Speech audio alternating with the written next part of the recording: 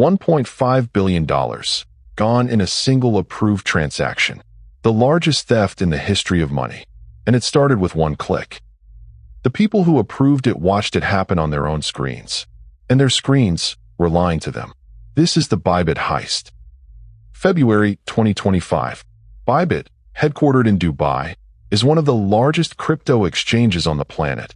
Tens of millions of users, billions in daily trades.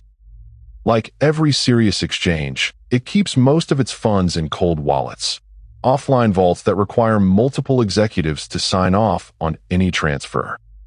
To manage those signatures, Bybit used SafeWallet, a trusted third-party platform. And that trust is exactly what the attackers targeted. Weeks before the heist, a SafeWallet developer was socially engineered. His workstation was compromised, and with it, the keys to the platform's cloud. The attackers hijacked live AWS session tokens, slipping past multi-factor authentication without ever needing a password. They were inside the infrastructure. They didn't steal anything. Not yet.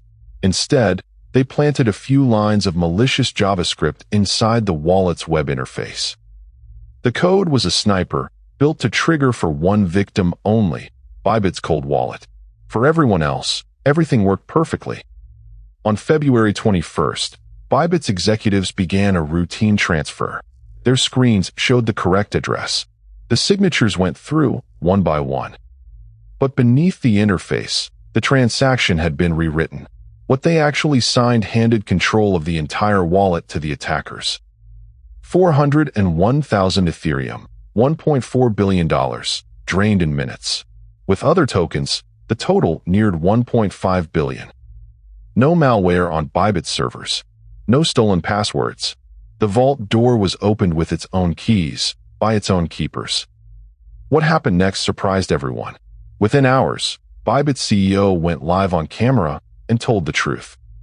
Withdrawals stayed open. Over 350,000 requests flooded in, and Bybit paid every single one. Within 72 hours, loans and emergency purchases had closed the billion-dollar hole.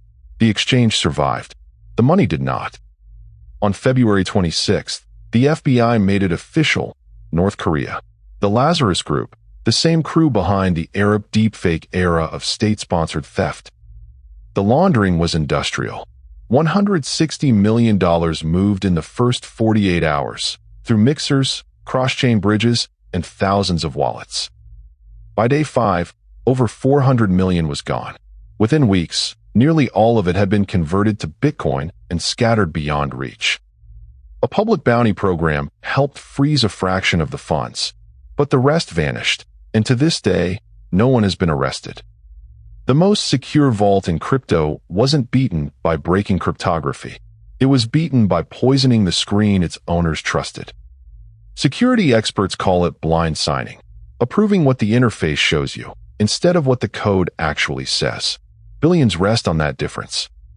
And according to the FBI, those billions now fund North Korea's weapons programs. Every click, weaponized. If this story kept you watching, subscribe. A new true tech crime story every week. Next, the teenagers who brought Las Vegas casinos to their knees.